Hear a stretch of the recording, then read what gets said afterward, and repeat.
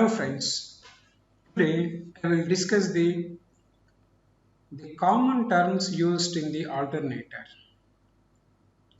Alternator is also called the synchronous generator. It is also called AC generator. This AC generator consists of two parts. One is called the stator, which is a stationary part but carries the conductors in which voltage is induced. There is another part called rotor. This rotor carries the magnetic poles. When the rotor rotates, then the conductors on the stator will cut the flux linking with the conductors. As a result, there will be an induced voltage in each phase of the stator of the alternator.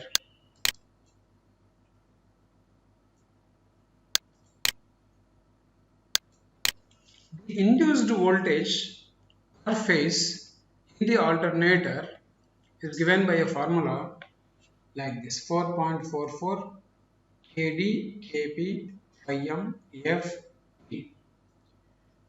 Here kd means distribution factor, kp means pitch factor, phi m means it is the per phase maximum flux per pole, f is the frequency of the supply or the frequency produced in the synchronous generator, and T is the number of turns per phase.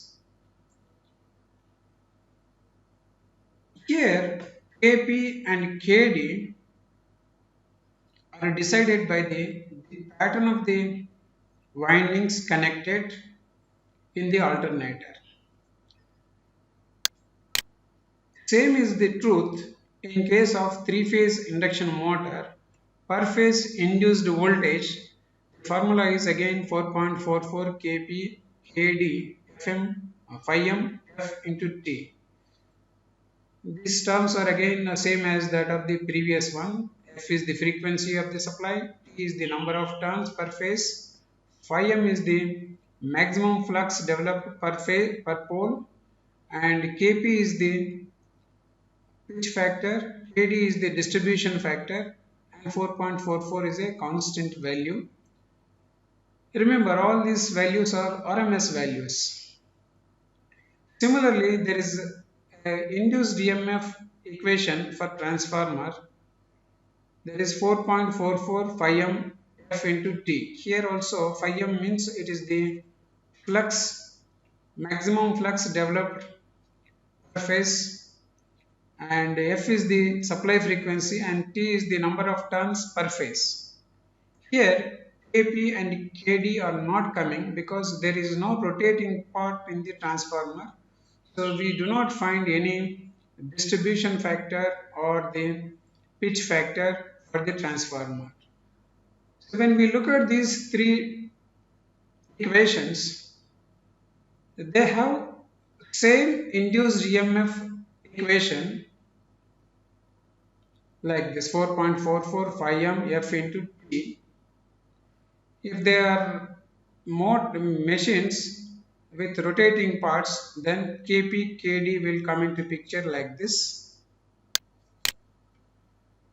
Now, as we are discussing about the alternator, so it is necessary to know the what is Kd and what is Kp and how they are going to decide the value of induced EMF per phase from the synchronous generator. So when this stator is seen without introducing the conductors, it appears like this. These are the slots, these are the teeth. These slots are also called the grooves, and in these slots winding will be placed, that is conductors are placed. If we cut this and spread the horizontal plane, then this stator will appear like this. This is the one slot, this is second, third, fourth, like this. There are 18 slots like this. In each slot of the stator, there will be a conductor placed. So that number of conductors placed in these slots, each slot depends upon the pattern of the winding.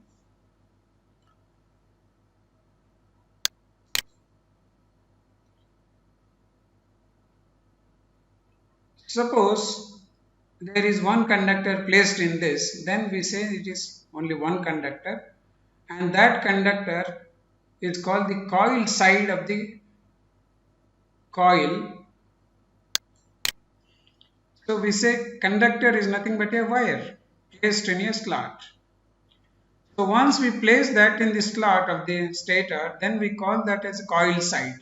Means one conductor on a stator slot is called the coil side. This is nothing but a conductor. Then what is a coil? Coil is nothing but one conductor, one coil side plus overhangs plus one coil side.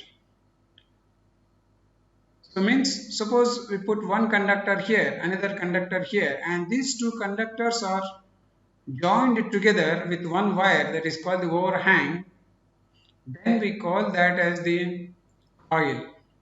So this coil consists of two conductors. See, this coil side is nothing but coil, conductor. So this is one conductor, this is another conductor. Both are joined by a wire.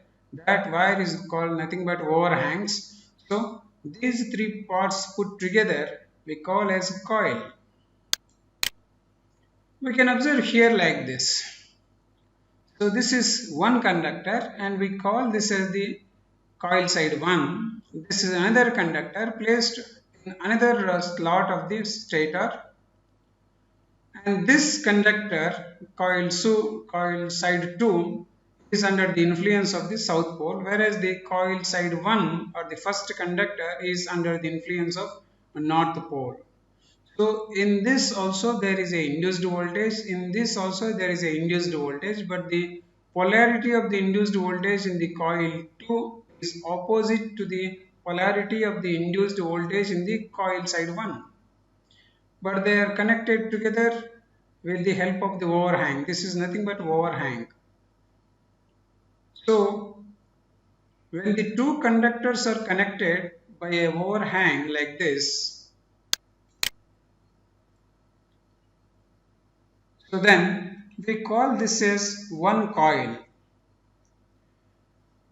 So this is also called one turn. So one turn means so two conductors connected together with the help of overhangs or end connections like this. AB is one conductor and BC is another conductor, but they are connected with the help of a end connection. So this is called the one coil. So this is also called one turn. A turn means two conductors. This is one conductor, this is another conductor. Now let us see what is coil span. Coil span is nothing but there are number of slots on the stator, and also there will be a fixed number of poles for which the rotor is wound. Suppose we have here 12 slots of stator and there are 2 poles on the rotor. So we call this as 2 pole 12 slot generator.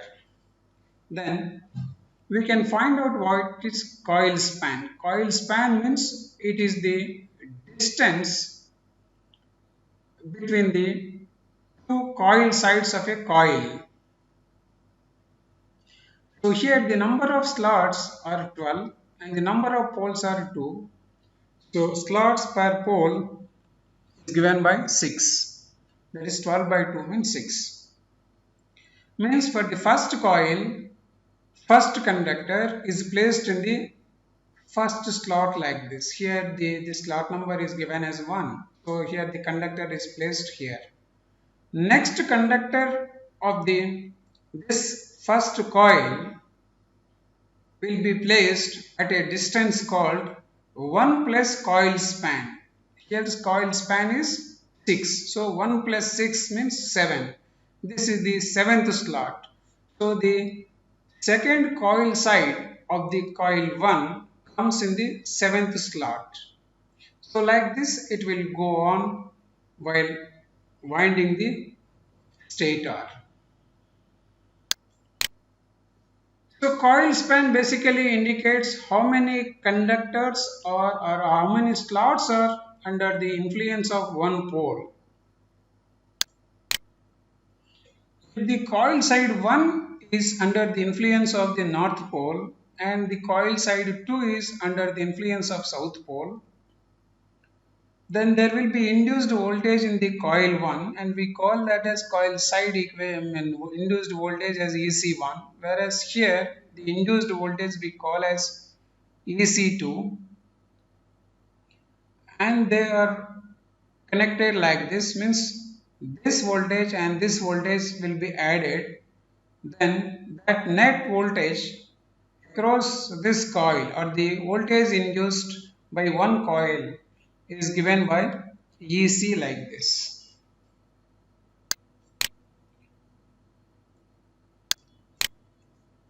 When the conductors are placed by following the coil span, then the induced voltage in each coil side will be same and they will be added like this. Next, pole pitch. So it is the angle between the one pole to the next pole from their center position. That is, from the center of one pole to the center of the next pole in degrees, electrical degrees, is called the pole pitch. It will be taken as 180 degrees electrical. This is not the mechanical degrees. So here is south pole and here is the north pole. South pole center point is like this. Similarly, north pole center point is like this. So from here to here, measure the electrical angle. That electrical angle is called the pole pitch, and it will be taken as 180 degrees electrical. So we have seen what is a turn. Turn is nothing but two conductors. Suppose there are n number of conductors or z number of conductors. In that case, to find the number of turns, we can write the formula like this. Number of turns is equal to number of conductors z by 2. Next, slot angle. So in a stator, there are number of slots like this.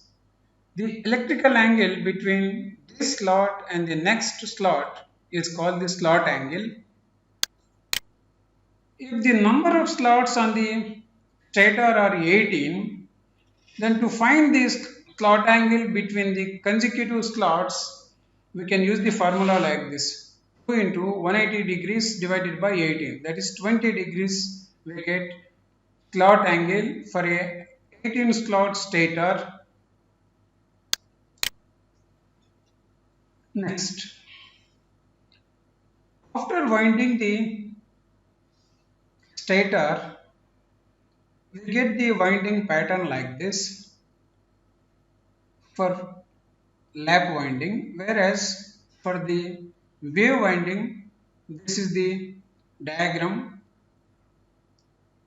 So from these diagrams, we get some of the important terms that are required for analyzing the synchronous generator.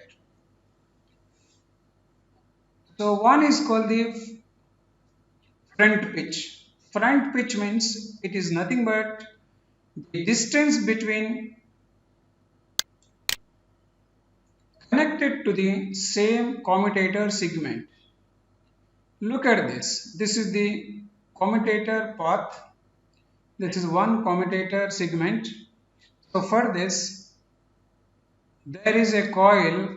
This is one front coil, and there is another coil side connected like this. Both are joined together, and the joining point is connected to the commutator segment. So the distance between the two coil side of the coils connected to the same commutator segment. Commutator segment is here. This is one coil side and this is another coil side, and the distance between this point and this point is called the front pitch of the coil. Similarly, back pitch, it is the distance between the front side of the coil side, the back side of the coil side of the same coil. See, this is the one coil, this is the front side, this is the back side, and the distance between this point means this coil side and this coil side is called the back pitch. Next, resultant pitch. It is the distance between the two successive coils starting point. This is the one coil starting, this is another coil starting, and both are successive, means after this is the coil starting. So the distance between this coil and this coil is called the resultant pitch. The same thing can be seen here for the wave winding also. For the front pitch, look at the commutator segment for which two coil sides are connected. This is one coil side, this is another coil side. The distance between these two coil sides is called the front pitch. Next, coming to the back pitch, the first side of the coil, the back side of the same coil is called the back pitch. So this is the front side of this coil side. This is the back side of the same coil. So the distance between this point and this point is called the back pitch. And the distance between the starting of the successive coils is called the resultant pitch. So for this coil, the starting point is here. Similarly, for the next coil, this is the starting point. So the distance between this point and this point is called the resultant pitch. Next, commutator pitch. So it is the distance between the commutator segments for which the ends of each coil is connected to segment, commutator segment like this. This is one coil segment connected like this. Similarly, this is another coil, front end and back end are connected to another segment. So here one commutator segment and here another commutator segment. Similarly, here also we get another commutator segment in which the same coil starting point, ending point are connected to the segment. So the distance between the consecutive segments for which each coil end point and starting point are connected. So that is from here to here, this is called the commutator segment pitch. Here also commutator segment pitch or commutator pitch. So we have seen so far what are the parts of this synchronous generator or alternator, and we also observed what is the common thing about the induced EMF in the three-phase induction motor, in the three-phase synchronous generator and also transformer. So they look almost the same. So if the machine is stationary, the pitch factor and the distribution factor will be absent, otherwise they are present like this. And we have seen what is meant by stator and how many slots will be there in that. Similarly, where the magnetic poles are present on the rotor and how the Rotors magnets will decide the coil span to place the winding on the stator slots. And we have seen what is meant by a conductor, what is meant by a coil side, what is meant by coil, and what is meant by a turn, and what is meant by overhangs. And we have seen what is meant by pole pitch, and we also saw the what is meant by slot angle and coil span.